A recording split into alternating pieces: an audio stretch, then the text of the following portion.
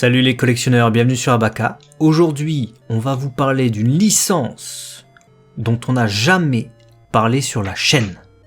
Ouais, parce que pour une des rares fois, on ne va pas vous parler de licences adaptées de comics, de mangas, d'animés, mais d'une série Stranger Things que vous pouvez retrouver du coup sur Netflix, avec pas moins de 11 Q-Posket annoncés. Bon, en parallèle de l'actualité avec la saison 4 qui pointe son nez, bien entendu. Alors vous savez que la saison 4 débutera bientôt sur Netflix, le 27 mai 2022. Pour la première salve, et la deuxième salve, ce sera le 1er juillet. Voilà, comme ça vous êtes informé un peu de l'arrivée de la suite. Et ces Q-Posket là commencent en fait à arriver au Japon. Elles sont sorties un peu dans l'anonymat le plus total, puisqu'il y en a eu au mois de mars déjà. On a eu Lucas, on a eu Hopper, on a eu Eleven, donc tiré de la première saison. On a eu ensuite une Eleven tirée des saisons plus récentes, certainement saison 3, une autre déclinaison. On a eu Max également, qui sont sortis toutes, ces trois-là, ce mois-ci, c'est-à-dire mois d'avril, au moment où on enregistre cette vidéo. Et là, mois de mai, pas moins de 5 figurines d'un seul coup, avec une Eleven en pyjama, un Hopper qui est tranquillement en Russie, enfin tranquillement je sais pas, on a Dustin qui est avec un talkie-walkie, on a Steve qui débarque avec son petit truc de marin, et on a également Robin avec son petit truc de marin également. Elles sont vraiment chouettes, parce que quand vous les voyez comme ça sur le site de Banpresto, vous avez les 11 comme ça cumulés, ça vous permet de vous rendre compte un petit peu de ce que ça peut rendre dans une collection, pour ceux qui seraient fans de Stranger Things. Il y a vraiment quelque chose qui s'en dégage. Je trouve que c'est des Q-Posket. Elles ont toujours le côté gros yeux, puisque c'est la signature des Q-Posket. Mais en même temps, je trouve que le côté super difforme donc SD qu'on retrouve un peu plus sur certaines gammes est un chouïa moins prononcé sur cette gamme basée de séries, notamment sur des persos comme Dustin ou comme Hopper, dès lors qu'ils ont une carrure un peu plus large, chose on retrouve un peu plus la signature des Q-Posket, je trouve, par exemple sur Lucas.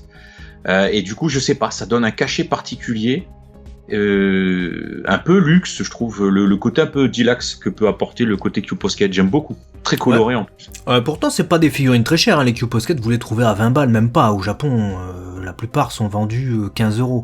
Donc franchement, c'est une très bonne nouvelle, moi je suis extrêmement surpris parce que Stranger Things en Q-Posket, ça je m'y attendais pas, et en plus de ça, je trouve que la qualité est vraiment au rendez-vous, on reconnaît véritablement les personnages, et ils ont leurs véritables caractéristiques. Et je trouve, du coup, que c'est un avantage certain par rapport à d'autres gammes de figurines plus petites, avec des personnages de Stranger Things, je pense notamment aux Funko Pop. Là, moi, clairement, les Funko Pop, on peut les oublier. Si vous êtes fan de la série, tournez-vous vers ça. Bon, après, il faut aimer les gros yeux, mais clairement, c'est beaucoup plus beau qu'une Funko Pop pour le coup. Ouais, puis c'est beaucoup plus fidèle. Tu vois ton perso, tu l'as dit tout à l'heure, tu le reconnais direct, donc... Voilà, si tu devais, avant de terminer, en donner une ou deux, allez, qui te particulièrement, que tu les trouves, tu trouves belles, ou vraiment tu dis ah putain celle-là. C'est difficile. Alors je dirais que Hopper, il est un peu plus difficile à reconnaître, parce que bon, ils lui ont fait des beaux yeux tout mignons. C'est plus par rapport à la tenue que tu le reconnais.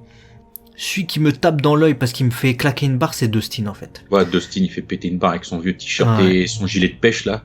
Et j'avoue, on dirait, je sais pas ce qu'il va faire le gars, mais il va sur un chalutier en fait. Lui il me fait péter une grosse barre. On le reconnaît direct, je trouve, dans son allure de marin. Ouais, bah, c'est ça que j'allais dire. J'adore. J'allais dire, celui qui me fait péter une barre, c'est Dustin. Mais après, celle que j'aime bien dans l'esthétique et on reconnaît également les personnages, c'est peut-être les Eleven des saisons 2-3 là, Max, et Robin et Steve. Ces figurines-là, celles que j'ai citées, en fait, c'est les plus abouties, en fait. Il y a trop de trucs.